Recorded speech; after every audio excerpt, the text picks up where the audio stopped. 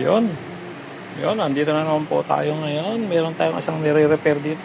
Sadly, hindi na natin siya na-recover yung head.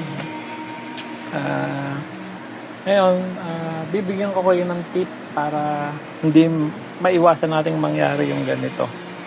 Nung dinala kasi sa akin to, ganito lang yung print niya.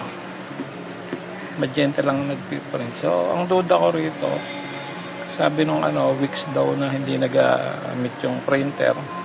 Parang hindi siya na-ipa-repair. Weeks, pero palagay ko pa mas matagal pa. Kasi nag-clog na talaga yung magenta niya. Ang maganda rito, na-recover ko yung black. So, pwede pa siyang gamitin sa black. So, from ganito, maging ganito na i-print niya. So, ayun, no. So, para maiwasan to, kung masisira yung printer nyo, kung natuyuan, nakita nyo walang print yung ibang kulay, huwag nyo nang pagtagalin, pagawa nyo kaagad. Kasi, kahit pa paano may natitira pa yung ink sa loob, sa liit ng butas ng head, pwedeng magtutong yung mga natitirang ink doon sa loob. So, mahirap na siyang i-repair. So, kaya hanggat maaari, masalinan kagad ng ink. Kung magdi-DIY kayo, i-power cleaning nyo kagad. So, para mag-clean siya. Kung makukuha nyo naman sa light cleaning, pwede rin. Kung hindi makukuha, i-power cleaning.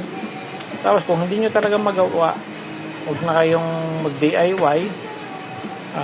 Dalhin nyo kagad dun sa technician o sa repair shop para mas maliit yung maging cost ng repair. Yan.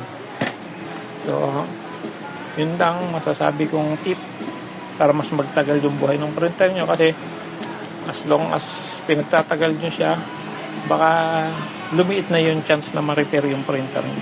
Sayang, ang ganda pa naman ng print. Ito, hindi na siya nagawa. So, nasa may-ari na yan kung gagamitin pa niya. Usable pa naman yung black. Actually, na-recover din yung yellow and isa pang kulay na na-recover, yung cyan. So, kaya lang nagkakaganito kasi pag tinitimpla niya yung kulay, kulang yung kulay, kaya nagkakaguhit yung color. Kaya mahihirapan nyo rin siyang gamitin sa color. So, ayun. Thanks. Hanggang sa muli.